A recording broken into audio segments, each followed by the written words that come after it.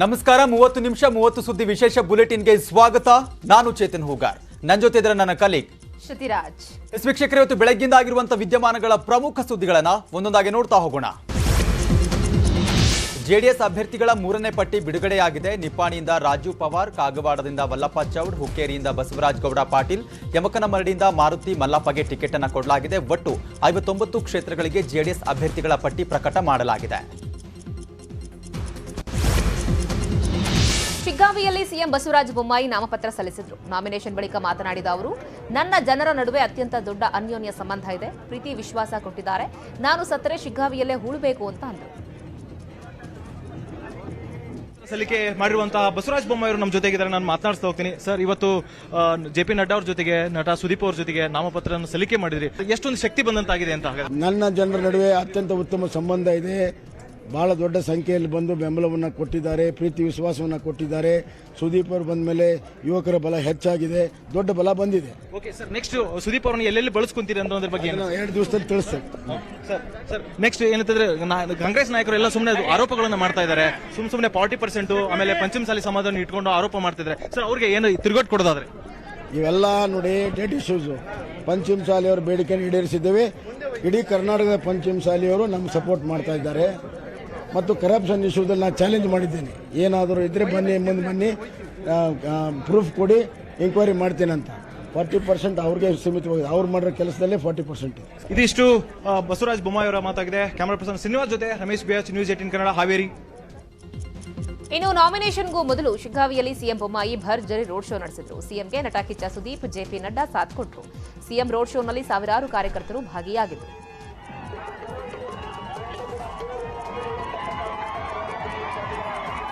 ಇನ್ನು ಸಿಎಂ ಬೊಮ್ಮಾಯಿ ಅವರಿಗೆ ಬೆಂಬಲ ಮಾಡೋದಕ್ಕೆ ಬಂದಿದ್ದೇನೆ ಅಂತ ನಟ ಕಿಚ್ಚ ಸುದೀಪ್ ಹೇಳಿದ್ರು. ಬೊಮ್ಮಾಯಿ ಮಾಮ ಉತ್ತಮ ಕೆಲಸ ಮಾಡಿದ್ದಾರೆ, ಬೊಮ್ಮಾಯಿಗೆ ಕಾಮ್ಕೆ ವಾಸ್ತೆ ಮಾತು ಸರಿಯಾಗದೆ, ಸಿಎಂ ಬೊಮ್ಮಾಯಿ ಅವರಿಗೆ ಮತ್ತೊಂದು ಅವಕಾಶ ಕೊಡಿ ಅಂತ. ಪೊಲಿಟಿಕಲ್ ಜೀವನದಲ್ಲಿ ಹೇಳ್ಬೇಕಂದ್ರೆ ಬಹಳ ಒಂದು ಕಮ್ಮಿ ಅಭಿವೃದ್ಧಿಯಲ್ಲಿ ತುಂಬಾ ಕೆಲಸ ಮಾಡಿದಂತ ನಿಜ ಒಬ್ಬ ಒಳ್ಳೆಯ ವ್ಯಕ್ತಿ, ನನ್ನ ಪ್ರೀತಿಯಾದಂತ ಬೊಮ್ಮಾಯಿ ಮಾಮ ಅಂದ್ರೆ ತಪ್ಪಾಗಲ್ಲ. ಅವರಿಗೆ ಅವಕಾಶ ಬೇಕು, ಕೆಲಸ ಮಾಡೋದಕ್ಕೂ ಅವಕಾಶ ಬೇಕು. ಈಗ ಅವರು ಒಬ್ಬರೇ ಇಲ್ಲ, ಅವ್ರ ಪರ ನಾನು ಬಂದಿದ್ದೇನೆ. ನಾನು ಒಬ್ಬ ಭಾರತೀಯನಾಗಿ ನಮ್ಮ ಪ್ರಧಾನಮಂತ್ರಿಗಳು ಮಾಡಿದಂತ, ನರೇಂದ್ರ ಮೋದಿ ಅವರು ಮಾಡಿದಂತ ಎಷ್ಟೋ ಕೆಲಸಗಳನ್ನ ನಾನು ತುಂಬಾ ಮೆಚ್ಚಿಸ್ತೀನಿ. ಇವತ್ತು ವಿದೇಶಗಳಲ್ಲಿ ಹೋದ್ರೆ ಕೂಡ ನಿಜವಾಗ್ಲೂ ಭಾರತದ ಬಗ್ಗೆ ತುಂಬಾ ಹೆಮ್ಮೆ ಆಗ್ತದೆ. ಇನ್ನು ಶಿಕಾರಿಪುರದಲ್ಲಿ BY ವಿಜಯೇಂದ್ರ ನಾಮಪತ್ರ ಸಲ್ಲಿಸಿದ್ರು. ಭಾರಿ ರೋಡ್ ಶೋ ಮೂಲಕ ಬಂದು ನಾಮಿನೇಷನ್ ಅನ್ನು ಸಲ್ಲಿಸಿದ ವಿಜಯೇಂದ್ರಗೆ ಮಾಜಿ ಸಿಎಂ BS ಯಡಿಯೂರಪ್ಪ ಸಾಥನ್ನ ಕೊಟ್ಟಿದ್ದಾರೆ. ನನ್ನ ತಂದೆ ಮೇಲೆ ನಿರಂತರ ಪ್ರೀತಿ ತೋರಿಸಿದ್ದೀರಿ, ನನಗೂ ಅದೇ ಪ್ರೀತಿ ತೋರಿ ಅಂತ BY ವಿಜಯೇಂದ್ರ ಮನವಿ ಮಾಡಿದ್ದಾರೆ. ಎಲ್ಲ ಸಮುದಾಯಗಳನ್ನ ಪ್ರೀತಿಯಿಂದ ನೋಡ್ತೇನೆ, ನಿಮ್ಮ ಭಾವನೆಗಳಿಗೆ ಧಕ್ಕೆ ಬರದಂತೆ ನೋಡ್ಕೊಳ್ತೀನಿ ಅಂತ ಭರವಸೆಯನ್ನ ಕೊಟ್ಟಿದ್ದಾರೆ. ನನ್ನ ರಾಜಕೀಯ ಜನ್ಮ ಯಾವ ಯಡಿಯೂರಪ್ಪರೇ ಜನ್ಮ ಕೊಟ್ಟಿರ್ತಕ್ಕಂಥ ನಮ್ಮ ಹೆಮ್ಮೆಯ ಶಿಕಾರಿಪುರ ತಾಲೂಕಿನಲ್ಲಿ ಆಗಿರ್ತಕ್ಕಂಥ ಸಂದರ್ಭದಲ್ಲಿ ನನ್ನ ರಾಜಕೀಯ ಜನ್ಮನೂ ಕೂಡ ಶಿಕಾರಿಪುರ ತಾಲೂಕಿನ ಮುಖೇನ ಆಗ್ತಾ ಇರ್ತಕ್ಕಂಥದ್ದು ನನ್ನ ಪೂರ್ವ ಜನ್ಮದ ಪುಣ್ಯ ಅಂತೇಳಿ ನಾನಂತೂ ಭಾವಿಸುತ್ತೇನೆ. ನಾನು ಇವತ್ತು ಒಂದು ಸಂಕಲ್ಪವನ್ನು ಮಾಡಿದ್ದೇನೆ. ನನಗೆ ಶಿಕಾರಿಪುರ ಕ್ಷೇತ್ರದ ಜನರು ನನಗೆ ಆಶೀರ್ವಾದನ ಮಾಡ್ತಕ್ಕಂಥ ಸಂದರ್ಭದಲ್ಲಿ ನಾನು ಕೂಡ ಮುಂದಿನ ದಿನಗಳಲ್ಲಿ ನಾನು ರೈತರ ಪರವಾಗಿ ಧ್ವನಿಯನ್ನು ಎತ್ತೋದ್ರ ಮೂಲಕ, ರೈತರ ಸಮಸ್ಯೆಗಳಿಗೆ ಸ್ಪಂದನೆಯನ್ನು ಮಾಡೋದ್ರ ಮೂಲಕ ನಾನು ಕೂಡ ಒಬ್ಬ ರೈತರ ಮಗನಾಗಿ ಈ ರೈತರ ಧ್ವನಿಯಾಗಿ ನಿಮ್ಮ ಸೇವೆಯನ್ನು ಮಾಡ್ತಕ್ಕಂಥ ಕೆಲಸನ ಮಾಡ್ತೇನೆ, ಪ್ರಾಮಾಣಿಕವಾಗಿ ಮಾಡ್ತೇನೆ ಅಂತಕ್ಕಂಥ ಮಾತನ್ನು ಸಂದರ್ಭದಲ್ಲಿ ಹೇಳ್ತೇನೆ. ವರುಣಾ ಕ್ಷೇತ್ರದಲ್ಲಿ ಇವತ್ತು ಸಿದ್ದರಾಮಯ್ಯನವರು ನಾಮಪತ್ರವನ್ನು ಸಲ್ಲಿಸಿದ್ರು. ಇದಕ್ಕೂ ಮೊದಲು ಸಿದ್ದರಾಮನ ಹುಂಡಿಯ ಸಿದ್ದರಾಮೇಶ್ವರನಿಗೆ ಕುಟುಂಬ ಸಮೇತ ಪೂಜೆ ಸಲ್ಲಿಸಿದ್ರು. ಪುತ್ರ ಯತೀಂದ್ರ ಸಿದ್ದರಾಮಯ್ಯ, ಮೊಮ್ಮಗ ಧವನ್ ಸೇರಿದಂತೆ ಕುಟುಂಬ ಸಾಥ್ ಕೊಡ್ತು.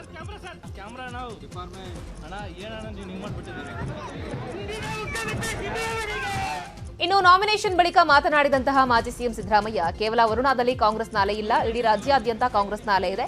ಈ ಬಾರಿ ಕಾಂಗ್ರೆಸ್ ಅಧಿಕಾರದ ಚುಕ್ಕಾಣಿ ಹಿಡಿಯತ್ತೆ ಅಂದ್ರು. ಜನರು ಇವತ್ತು ಈ ಸಾರಿ ಬದಲಾವಣೆಯನ್ನು ಬಯಸಿದ್ದಾರೆ. ಬದಲಾವಣೆ ಬಯಸಿ ಈ ಬಿಜೆಪಿ ಸರ್ಕಾರವನ್ನು ಕಿತ್ತೆಸೆದು ಕಾಂಗ್ರೆಸ್ ಅನ್ನ ಮತ್ತೆ ಅಧಿಕಾರಕ್ಕೆ ತರಬೇಕು ಅಂತಕ್ಕಂಥದ್ದು, ಇನ್ನೊಂದು ಅವಕಾಶ ಕೊಡಬೇಕು ಅಂತೇಳಿ ಜನ ತೀರ್ಮಾನ ಮಾಡಿದ್ದಾರೆ. ನಾನು ಇಲ್ಲಿ ವರುಣಾ ಕ್ಷೇತ್ರದಲ್ಲಿ ದೊಡ್ಡ ಅಂತರದಿಂದ ಗೆಲ್ತೀನಿ. ಜನರು ಇವತ್ತು ಈ ಸಾರಿ ಬದಲಾವಣೆಯನ್ನು ಬಯಸಿದ್ದಾರೆ. ಬದಲಾವಣೆ ಇವತ್ತು ಹುಬ್ಬಳ್ಳಿಯಲ್ಲಿ ಮಾಜಿ ಸಿಎಂ ಜಗದೀಶ್ ಶೆಟ್ಟರ್ ಸಾಂಕೇತಿಕವಾಗಿ ನಾಮಿನೇಷನ್ ಸಲ್ಲಿಸಿದ್ರು. 50,000 ಮತಗಳ ಅಂತರದಿಂದ ಗೆದ್ದು ಮತ್ತೊಮ್ಮೆ ವಿಧಾನಸಭೆ ಪ್ರವೇಶ ಮಾಡ್ತೀನಿ ಅಂತ ವಿಶ್ವಾಸವನ್ನ ವ್ಯಕ್ತಪಡಿಸಿದ್ದಾರೆ.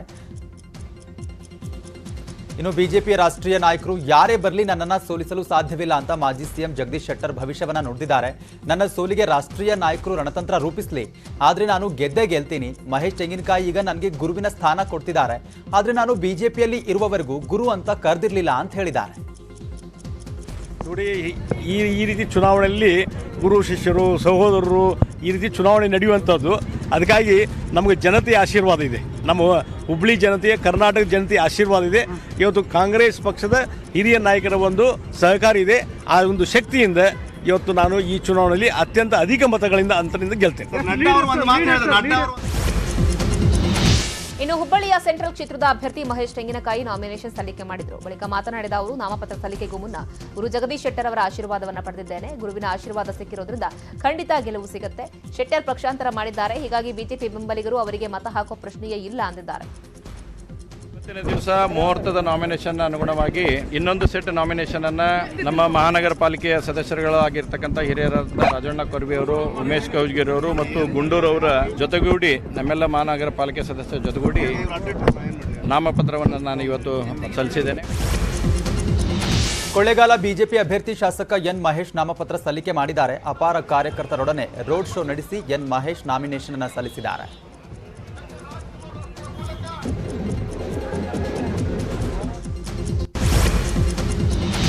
ಪುಲಕೇಶಿ ನಗರದಲ್ಲಿ ಅಖಂಡ ಶ್ರೀನಿವಾಸ ಮೂರ್ತಿ ಎರಡನೇ ಬಾರಿಗೆ ನಾಮಪತ್ರವನ್ನು ಸಲ್ಲಿಕೆ ಮಾಡಿದರು. ಅಪಾರ ಸಂಖ್ಯೆಯಲ್ಲಿ ಜಮಾಯಿಸಿದ ಅಖಂಡ ಶ್ರೀನಿವಾಸ ಮೂರ್ತಿಗೆ ಅವರ ಬೆಂಬಲಿಗರು ಬೆಂಬಲ ಕೊಟ್ಟರು.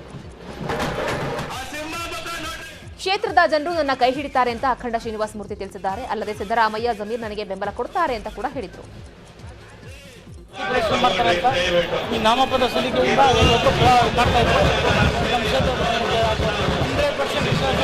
ರಾಜ್ಯದಲ್ಲಿ ಅತಿ ಹೆಚ್ಚು ಓಟ್ ಕೊಟ್ಟಂತ ನನ್ನ ಕ್ಷೇತ್ರ. ಇನ್ನು ಬೆಂಗಳೂರಿನ ದಾಸರಹಳ್ಳಿಯಲ್ಲಿ ಕಾಂಗ್ರೆಸ್ ಅಭ್ಯರ್ಥಿ ಧನಂಜಯ್ ಪರ ಕೆಪಿಸಿಸಿ ಅಧ್ಯಕ್ಷ ಡಿಕೆ ಶಿವಕುಮಾರ್ ಭರ್ಜರಿ ಪ್ರಚಾರ ಮಾಡಿದ್ರು. ಈ ವೇಳೆ ನ್ಯೂಸ್ 18 ಜೊತೆ ಮಾತನಾಡಿದ ಅವರು, ತೆನೆ ಹೊತ್ತ ಮಹಿಳೆ ಹೊಲದಲ್ಲಿರಬೇಕು, ಕಮಲ ಕೆರೆಯಲ್ಲಿರಬೇಕು, ದಾನ ಧರ್ಮ ಮಾಡುವ ಕೈ ಅಧಿಕಾರದಲ್ಲಿರಬೇಕು, ಮೇ 10ನೇ ತಾರೀಕು ಕರ್ನಾಟಕ ಬದಲಾಗುವ ದಿನ ಅಂತ ಹೇಳಿದ್ದಾರೆ. ಅವರು ದಾಸರಳ್ಳಿ ಒಂದು ಕ್ಯಾಂಡಿಡೇಟ್ ಪರವಾಗಿ ಪ್ರಚಾರಕ್ಕೆ ಬಂದಿದ್ದಾರೆ. ದಾಸರಳ್ಳಿಯಲ್ಲಿ ಹೇಗಿದೆ ಸರ್ ಅಲ್ಲೇ? ನೋಡಿ, ನೀವೇ ನೋಡ್ತಾ ಇದ್ದೀರಿ, ಒಂದು 15-20 ಸಾವಿರ ಜನ ಮೇಲೆ ಇವತ್ತು ಇದ್ದಾರೆ, ಹೆಣ್ಮಕ್ಳು ಇದ್ದಾರೆ. ಇದು ಕಾರ್ಮಿಕರ ಕ್ಷೇತ್ರ, ಬಡವರ ಕ್ಷೇತ್ರ. ಇಲ್ಲಿ ಒಂದು ಬದಲಾವಣೆ, ಜನತಾದಳ ಬಿಜೆಪಿ ಇಬ್ಬರನ್ನು ಸೋಲಿಸಿ ಹೊಸದಾಗಿ ಕಾಂಗ್ರೆಸ್ ಪಕ್ಷ 25-30 ವರ್ಷದ ಮೇಲೆ ಇಲ್ಲಿ ಅಧಿಕಾರಕ್ಕೆ ಬರ್ತದೆ, ಆ ವಿಶ್ವಾಸ ಇದೆ. ಸೊ ಯುವಕಿಂಗೆ ಹೊಸ ಮುಖಕ್ಕೆ ಅವಕಾಶ ಮಾಡಿಕೊಟ್ಟಿದ್ದೀವಿ. ಎಲ್ಲ ಕಾರ್ಮಿಕರು, ಎಲ್ಲ ಹೊರಗಡೆಯಿಂದ ಬಂದಂತವರೆಲ್ಲ ಕೂಡ ಇವತ್ತು ಕಾಂಗ್ರೆಸ್ ಪಕ್ಷದ ಅಭ್ಯರ್ಥಿಗೆ ಬೆಂಬಲವಾಗಿ ನಿಂತ್ಕೊಳ್ತಾರೆ. ನಮ್ಮ ಏನು ಧನಂಜಯ ಇದ್ದಾರೆ, ಅವರೊಬ್ಬ ವಿದ್ಯಾಸಂಸ್ಥೆ ನಡೆಸ್ತಾ ಇರೋರು, ವಿದ್ಯಾವಂತಿದ್ದಾರೆ, ಪ್ರಜ್ಞಾವಂತಿದ್ದಾರೆ. ಕಾಂಗ್ರೆಸ್ ಎಲ್ಲರೂ ಸೇರಿ ಒಗ್ಗಟ್ಟಿಂದ ಮಾಡ್ತಾರೆ, ಅವ್ರು ಗೆಲ್ತಾರೆ. ಧನಂಜಯ ಅವರೆಲ್ಲ ಕ್ಯಾಂಡಿಡೇಟ್, ಡಿಕೆನ ಕ್ಯಾಂಡಿಡೇಟ್ ಅಂತ ಜನ ಮಾತಾಡ್ತಾರೆ. ಖಂಡಿತ ಇಲ್ಲಿ ಧನಂಜಯ ಡಿಕೆ ಶಿವಕುಮಾರ ಕ್ಯಾಂಡಿಡೇಟ್. ಪುತ್ತೂರು ವಿಧಾನಸಭಾ ಕ್ಷೇತ್ರಕ್ಕೆ ಎಸ್ಡಿಪಿಐ ಅಭ್ಯರ್ಥಿಯಾಗಿರುವ ಶಾಫಿ ಬೆಳ್ಳಾರೆ ನಾಮಪತ್ರವನ್ನು ಸಲ್ಲಿಸಿದ್ದಾರೆ. ಬಿಜೆಪಿಯ ಮುಖಂಡ ಪ್ರವೀಣ್ ನೆಟ್ಟಾರು ಹತ್ಯೆ ಆರೋಪಿಯಾಗಿರುವ ಶಾಫಿ ಬೆಳ್ಳಾರೆಯನ್ನ ಯುಎಪಿಎ ಕಾಯ್ದೆಯಡಿ ಎನ್ಐಎ ಬಂಧಿಸಿದೆ. ತಮ್ಮ ಏಜೆಂಟ್ ಮುಖಾಂತರ ಆರೋಪಿ ಶಾಫಿ ನಾಮಪತ್ರವನ್ನು ಸಲ್ಲಿಸಿದ್ದಾನೆ.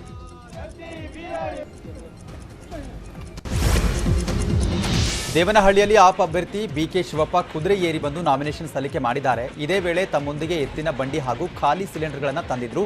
ಎಎಪಿ ಅಭ್ಯರ್ಥಿಗೆ ಮುಖ್ಯಮಂತ್ರಿ ಚಂದ್ರು ಸಾಥ್ ಕೊಟ್ಟಿದ್ದಾರೆ. 100 ಜನ ಕಾರ್ಯಕರ್ತರ ಜೊತೆ ಶಕ್ತಿ ಪ್ರದರ್ಶನವನ್ನ ಮಾಡಿದ್ರು.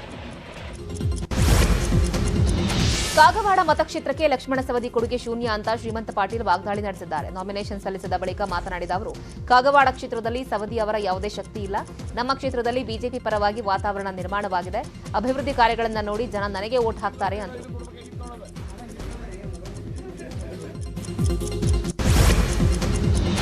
ವರುಣ, ಬಿಜೆಪಿ ಅಭ್ಯರ್ಥಿಯಿಂದ ಸಿದ್ದರಾಮಯ್ಯನವರಿಗೆ ಭಯ ಬಂದಿದೆ ಅಂತ ಸಂಸದ ಪ್ರತಾಪ್ ಸಿಂಹ ಹೇಳಿಕೆ ಕೊಟ್ಟಿದ್ದಾರೆ. ಚಾಮರಾಜನಗರದಲ್ಲಿ ಮಾತನಾಡಿದ ಅವರು, ಸಿದ್ದರಾಮಯ್ಯ ವರ್ಣಕ್ಕೆ ಬಂದ್ರು ಅಂತ ಕಾಂಗ್ರೆಸ್ನಲ್ಲಿ ಹುಮ್ಮಸ್ಸು ಬಂತು. ಈ ವೇಳೆ ಬಿಜೆಪಿಯಿಂದ ಸೋಮಣ್ಣ ಕಣಕ್ಕೆ ಇಳಿತಾ ಇದ್ದಾರೆ ಅಂತ ತಿಳಿದು ಸಿದ್ದರಾಮಯ್ಯಗೆ ಭಯ ಬಂದಿದೆ ಅಂತ ಹೇಳಿದ್ದಾರೆ.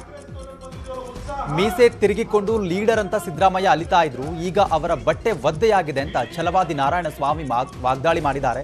ಸಿದ್ದರಾಮಯ್ಯ 5 ವರ್ಷ ಸಿಎಂ ಆದರೂ ತಮ್ಮ ಕ್ಷೇತ್ರಕ್ಕೆ ಮೈಸೂರಿಗೆ ಏನೂ ಮಾಡಿಲ್ಲ. ಅದಕ್ಕೆ ಚಾಮುಂಡೇಶ್ವರಿಯಲ್ಲಿ ಮಖಾಡೆ ಮಲಗಿದ್ರು, ಮತ್ತೆ ಹಳೆಯ ಗಂಡನ ಪಾದವೇ ಗತಿ ಅಂತ ವರುಣಗೆ ಬಂದಿದ್ದಾರೆ ಅಂತ ಹೇಳಿದ್ದಾರೆ.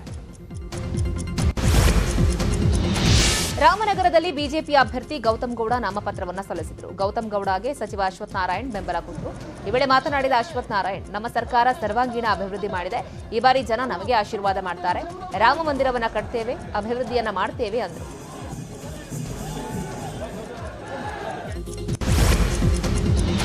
ಹಾಸನ ಜೆಡಿಎಸ್ ಸಭೆಯಲ್ಲಿ ಒಗ್ಗಟ್ಟು ಪ್ರದರ್ಶನವಾಗಿದೆ. ಭವಾನಿ ರೇವಣ್ಣ ಭಾಷಣ ವೇಳೆ ಸ್ವರೂಪ್ರನ್ನ ಪಕ್ಕದಲ್ಲೇ ನಿಲ್ಲಿಸಿಕೊಂಡಿದ್ರು.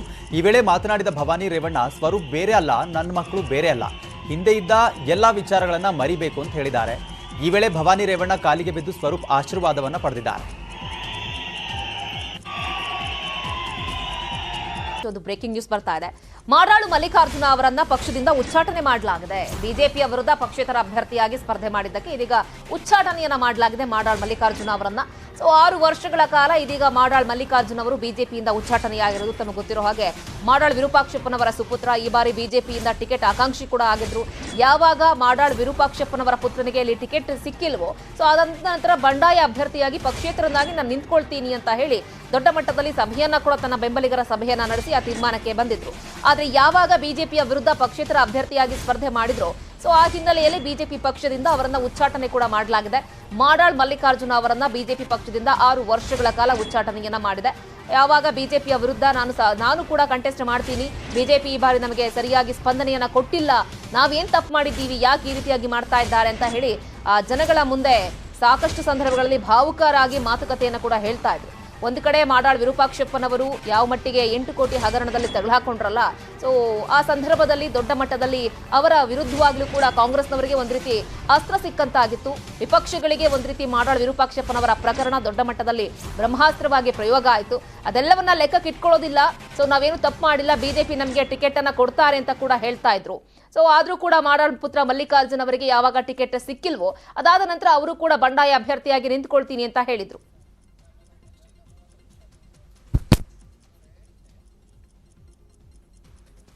ಈಗ ಉಳಿದ 15 ಸುದ್ದಿಗಳನ್ನು ಒಂದೊಂದಾಗಿ ನೋಡ್ತಾ ಹೋಗೋಣ.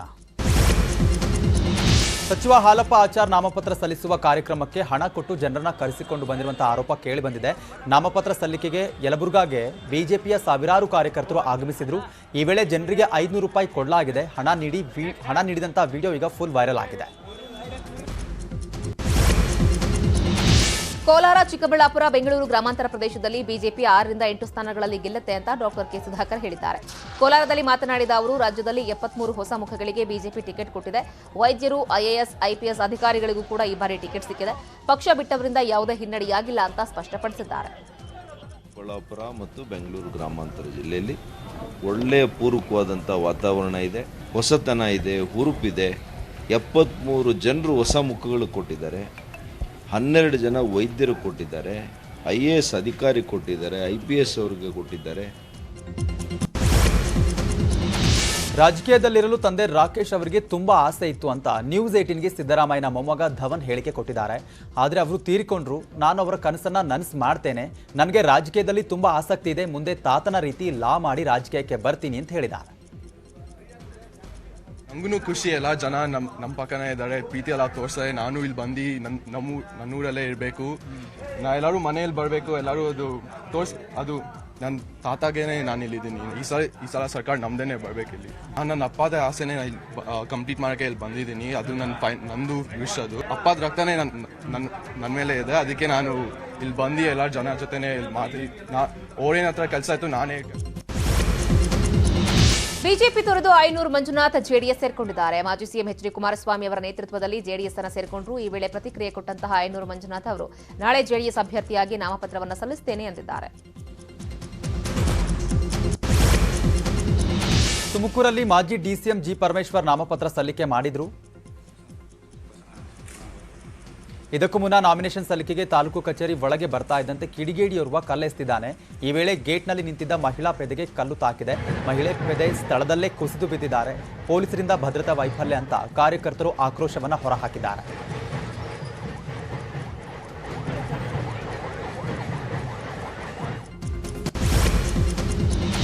ಹುಬ್ಬಳ್ಳಿ ಧಾರವಾಡ ಪಶ್ಚಿಮ ಕ್ಷೇತ್ರದ ಕಾಂಗ್ರೆಸ್ನ ಅಭ್ಯರ್ಥಿ ದೀಪಕ್ ಚಿಂಚೋರೆ ಹೊಸ ಬಾಂಬ್ ಸಿಡಿಸಿದ್ದಾರೆ.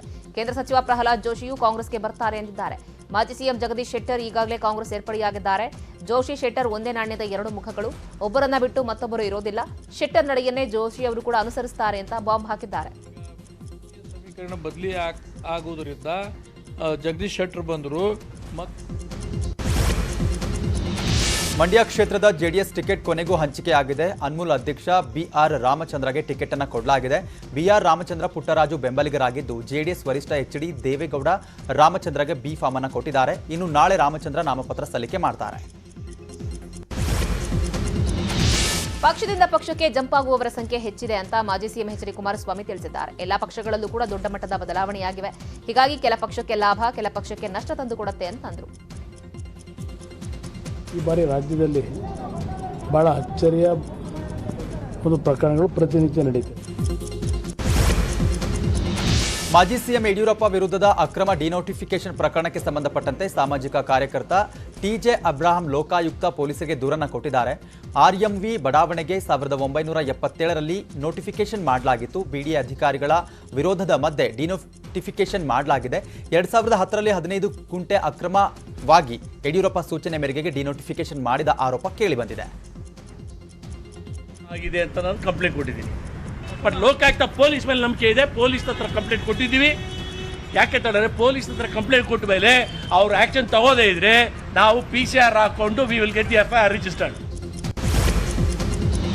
ಚುನಾವಣೆ ಕಾರ್ಯಾಚರಣೆಯಲ್ಲಿ ಬೆಂಗಳೂರು ನಗರದಲ್ಲಿ ಈವರೆಗೂ ಕೋಟಿ ಸೀಸ್ ಆಗಿದೆ. ಕೆಜಿಗಟ್ಟಲೆ ಗಾಂಜಾ, ಲಕ್ಷ ಲೀಟರ್ ಮದ್ಯ, 100 ಕೆಜಿ ಚಿನ್ನ, ಬೆಳ್ಳಿ ಜಪ್ತಿಯಾಗಿದೆ. ಇದುವರೆಗೆ ಬೆಂಗಳೂರು ನಗರದಲ್ಲಿ ಸಿಕ್ಕಿಬಿದ್ದ ದಾಖಲೆ ರಹಿತ ಹಣ 67,76,73,338 ರೂಪಾಯಿ. ಒಟ್ಟಾರೆ ಈವರೆಗೆ ನೀತಿ ಸಂಹಿತೆ ಉಲ್ಲಂಘನೆ ಅಡಿಯಲ್ಲಿ ಬೆಂಗಳೂರಲ್ಲಿ 2,466 FIRಗಳು ದಾಖಲಾಗಿವೆ. ಇನ್ನು ತರೀಕೆರೆ ತಾಲೂಕಿನ ಎಂಸಿಹಳ್ಳಿ ಚೆಕ್ಪೋಸ್ಟ್ನಲ್ಲಿ 23 ಕೋಟಿ ಮೌಲ್ಯದ 40 ಕೆಜಿ ಚಿನ್ನಾಭರಣವನ್ನು ವಶಕ್ಕೆ ಪಡೆಯಲಾಗಿದೆ. ಸೂಕ್ತ ದಾಖಲೆ ಇಲ್ಲದೆ ಕಂಟೈನರ್ನಲ್ಲಿ ಸಾಗಿಸಲಾಗ್ತಾ ಇತ್ತು. ಬೆಂಗಳೂರಿನಿಂದ ಶಿವಮೊಗ್ಗಕ್ಕೆ ಚಿನ್ನಾಭರಣವನ್ನು ಸಾಗಿಸಲಾಗ್ತಾ ಇತ್ತು.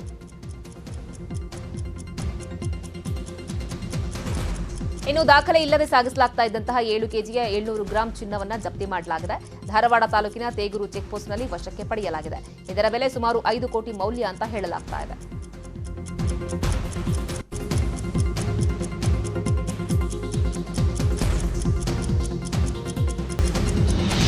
ಕೆಜಿಎಫ್ ಬಾಬು ಮನೆ ಮೇಲೆ ಐಟಿ ಅಧಿಕಾರಿಗಳು ದಾಳಿ ನಡೆಸಿದಂತಹ ಸಂದರ್ಭದಲ್ಲಿ 2,000ಕ್ಕೂ ಹೆಚ್ಚು ಡಿಡಿಗಳು ಹಾಗೆ 5,000ಕ್ಕೂ ಹೆಚ್ಚು ರೇಷ್ಮೆ ಸೀರೆಗಳನ್ನು ವಶಪಡಿಸಿಕೊಂಡಿದ್ದಾರೆ. ಮೈಸೂರಿನ ಹೆಬ್ಬಾಳ್ ಕೈಗಾರಿಕಾ ಬಡಾವಣೆಯ ಪಟಾಕಿ ಮಳಿಗೆಯಲ್ಲಿ ಆಕಸ್ಮಿಕ ಬೆಂಕಿ ಕಾಣಿಸಿಕೊಂಡಿದೆ. ಆಕಾಶದೆತ್ತರಕ್ಕೆ ದಟ್ಟ ಹೊಗೆ ಆವರಿಸಿದೆ. ಸುಡಾನ್ನಲ್ಲಿ ಚನ್ನಗಿರಿ ತಾಲೂಕಿನ 5 ಸಿಲುಕಿದ್ದು ರಕ್ಷಣೆಗೆ ಮನವಿ ಮಾಡಿದ್ದಾರೆ. ಆಯುರ್ವೇದಿಕ್ ಔಷಧಿಯ ಮಾರಾಟ ಮಾಡೋದಕ್ಕೆ ಆಫ್ರಿಕಾದ ಸುಡಾನ್ಗೆ ಹೋಗಿದ್ರು. ಈಗ ಅಲ್ಲಿ ಸಿಕ್ಕಾಕೊಂಡಿದ್ದಾರೆ. ಶಿವಸೇನೆ ಒಡೆದಂತೆ ಮಹಾರಾಷ್ಟ್ರದಲ್ಲಿ ಎನ್ಸಿಪಿ ಒಡೆಯುತ್ತಾ ಎಂಬ ಅನುಮಾನ ಸೃಷ್ಟಿಯಾಗಿದೆ. ಎನ್ಸಿಪಿ ನಾಯಕ ಅಜಿತ್ ಪವಾರ್ ಅವರು ಬಿಜೆಪಿ ಶಿಂಧೆ ಶಿವಸೇನೆ ಸರ್ಕಾರದಲ್ಲಿ ಸೇರಿಕೊಳ್ಳಲಿದ್ದಾರೆ ಅಂತ ಹೇಳಲಾಗ್ತಿದೆ. ಹಳೆ ಕಟ್ಟಡವೊಂದು ರಿಪೇರಿ ವೇಳೆ ಕುಸಿದು ಬಿದ್ದಿರೋ ಘಟನೆ ಚೆನ್ನೈನಲ್ಲಿ ನಡೆದಿದೆ.